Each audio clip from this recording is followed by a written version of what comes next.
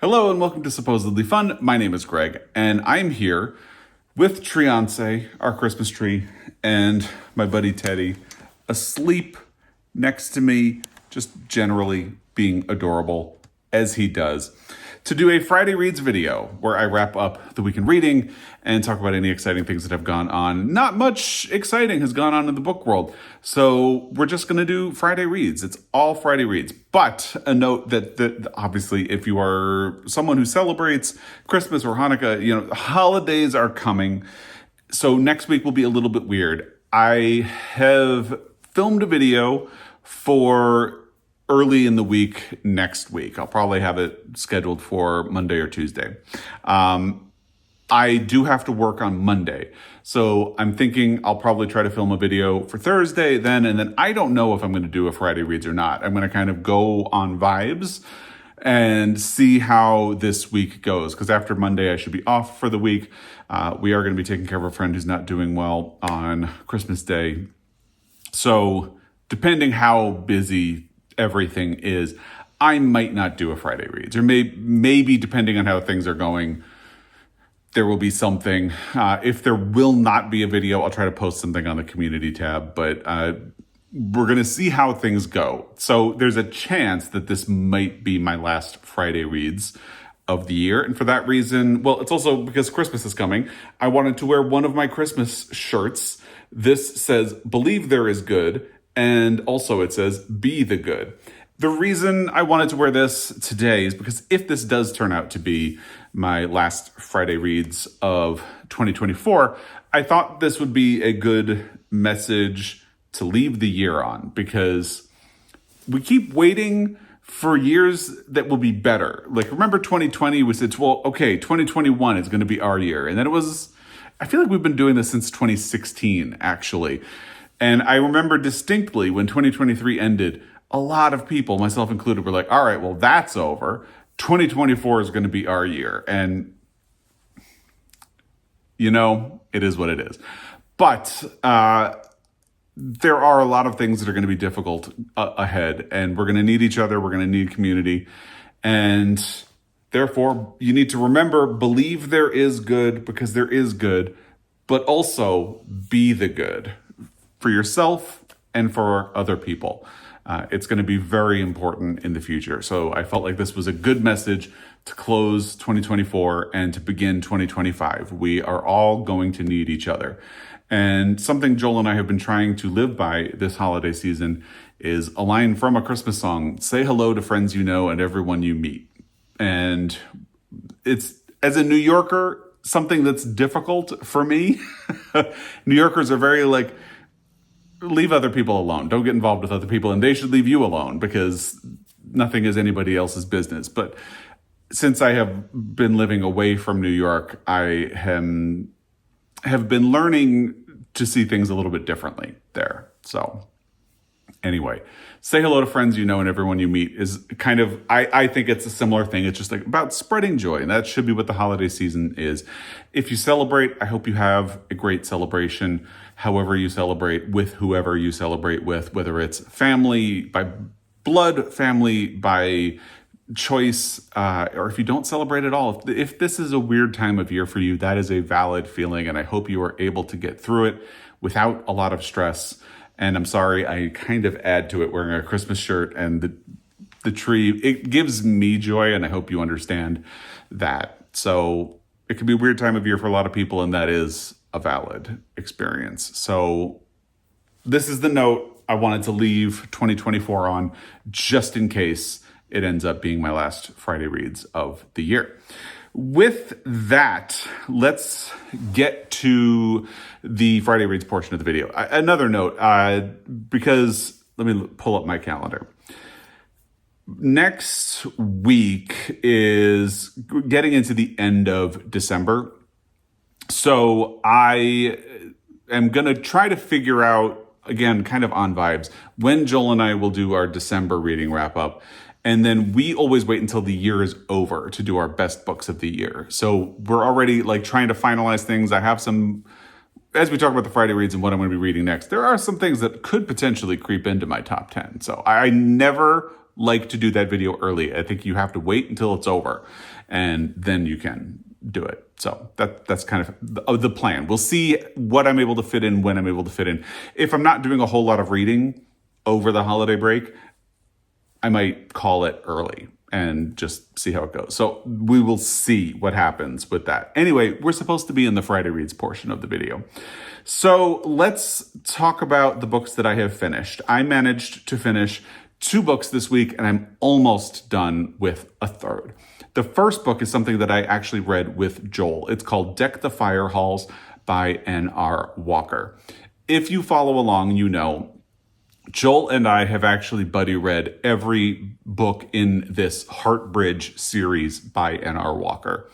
I believe the first one is Tic Tac Mistletoe, and I'm blanking on what the others are. But they are set in a fictional town in Montana called Heartbridge. And one of the things that's kind of fun for us is that this town is actually kind of close to where we live. We live in Missoula. And in the first book, you have an Australian man who flies into Missoula and has rented a car to drive west into Idaho, because Missoula is not far from Idaho. And along the way, there's a snowstorm and he gets stuck in this town of Heartbridge, and sparks fly. And it's kind of difficult to talk about the first book in a series without spoiling, but obviously there's a romance and he ends up staying. Second book, another Australian ends up in Heartbridge, but this time not by accident. He has decided to leave his job and he's kind of working his way west to Seattle, and he stops to work at a bed and breakfast for the holiday season. Sparks fly. So every book in the series involves someone who moves to town and someone who has been there for a while. Obviously, they're all men at this point, and a romance. 2 of them are Australians, 1 of them is British, and then there are now 2 Americans who end up moving to. Sometimes the move is planned. Sometimes the sort of conflict is, I'm only supposed to be here temporarily, so what am I going to do? And it's a really sweet series. N.R. Walker does great cinnamon bun style romances. There is spice. The spice level varies wildly from book to book.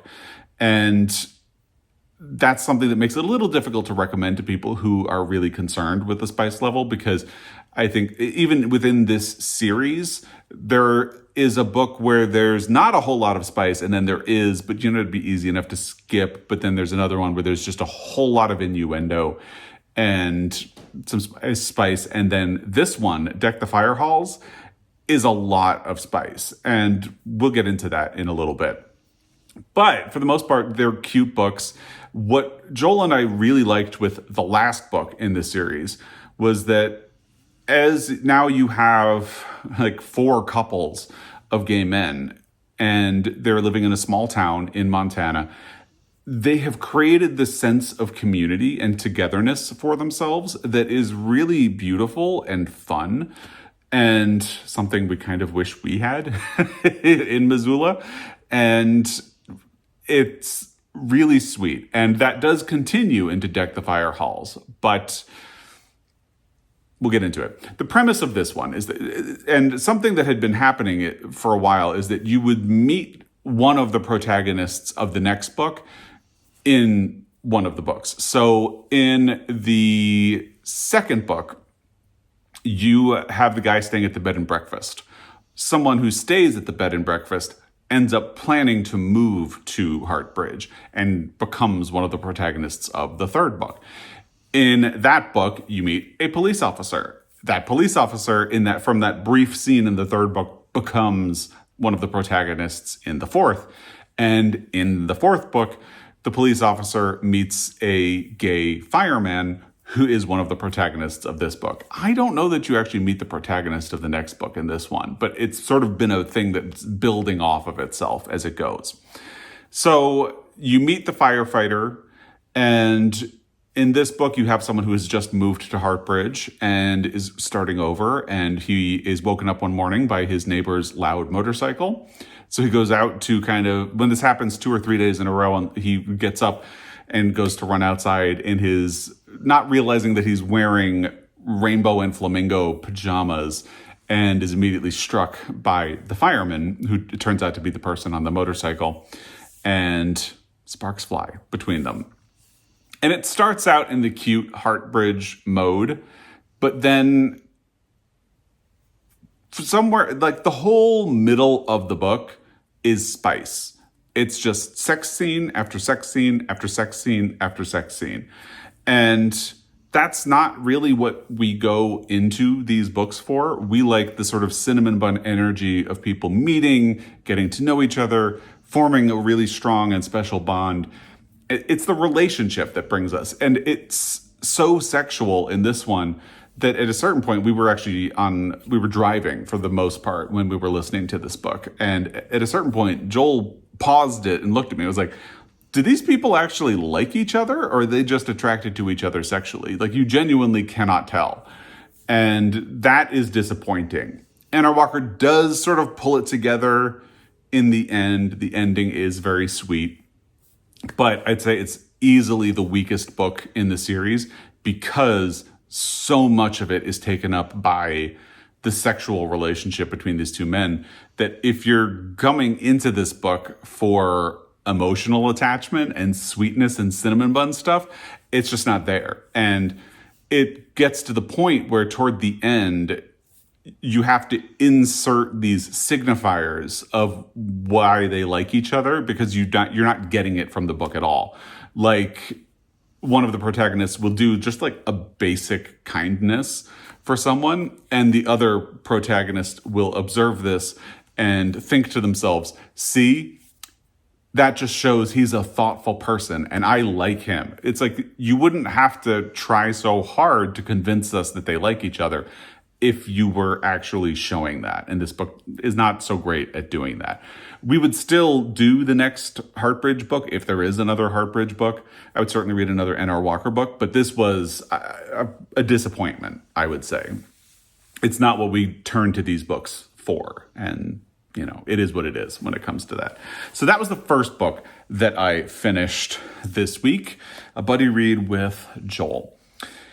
The next book that I finished was The Sleeping Car Porter by Suzette Mayer. This is something that I ended up doing kind of spontaneously because I had finished an audiobook and didn't know what I wanted to do next on audio. So I started browsing Queer Liberation Library on Libby. If you're unfamiliar with Queer Liberation Library, Google it. They have created a catalog of queer books on the app Libby, which usually works with your library if your library is up for it. But you can get a library card through the Queer Liberation Library and use it to access queer books. And I was browsing audiobooks that were immediately available, and one of them was The Sleeping Car Porter. So I said to myself, well, that's a book I've been wanting to read for a while. Why don't I just do it? So I did. This won the Giller Prize. The sticker on the front says finalist, but it did actually win the Giller Prize. And I've just consistently heard very good things about it. Some of what I've heard is a little mixed or muted because basically the protagonist of this book is a sleeping car porter. Go figure. His name is Baxter. It's 1929, I believe, in Canada, and he's black and gay. So he is on this cross-country, and again, the country's Canada, not the United States, cross-country rail trip. And he is worried that he's going to get fired because as a black man in particular, he is subject to a lot of prejudices and does not get the benefit of the doubt and is treated pretty cruelly. Like all of the railway employees are not paid very well, forced to spend money that they're earning in the commissary and things like that. So they're all sort of liable to the whims of the passengers. If they complain about them, there's an inclination to trust the passenger and punish the railway worker. And Baxter, again, as a black man, a lot of them are black, is particularly susceptible to this. And he has been trying to save up money to go to dentistry school. And he's so close. Like by the end of this trip, he will either have the money or he will have lost his job and need to start over. And as the trip goes, has to stay awake and be at the beck and call of the passengers on the train. So as the book progresses, he's getting more and more tired, and there are little hallucinations that come in and things like that. And how you respond to the book will depend on how you respond to those, probably. And it's really interesting, but I can see how some people, as he sort of gets lost in a sleepy stupor and sort of loses the balance between I feel like that's an overstatement, but he does sort of blur the line between a sleeping state and a waking state in some ways.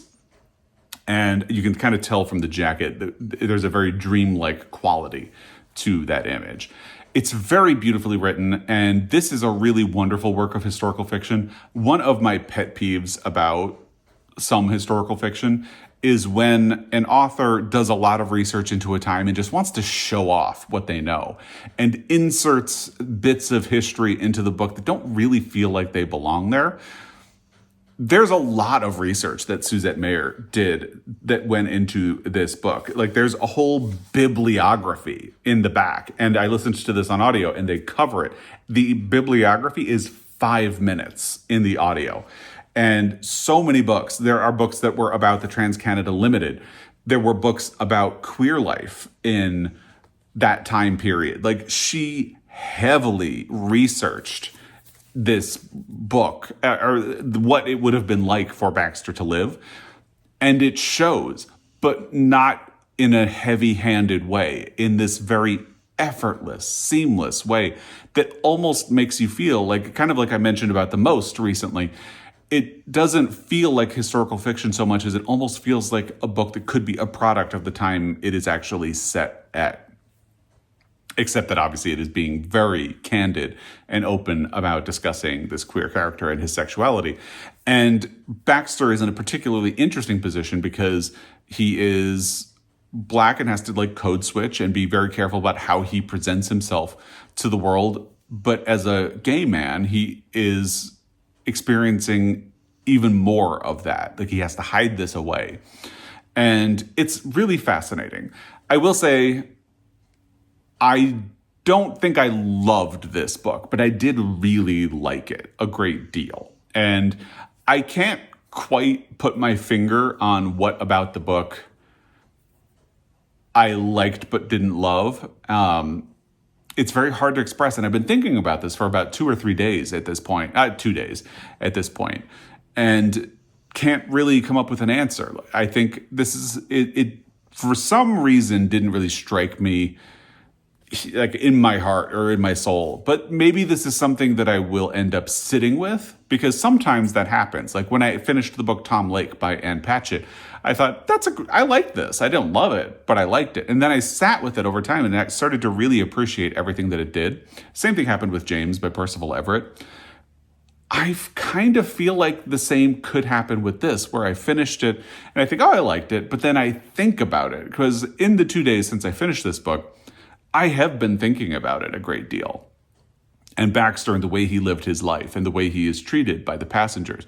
And it is that interesting dynamic as well, where you have these white privileged passengers who are relying on Black porters, and they need them, but they don't necessarily recognize their humanity.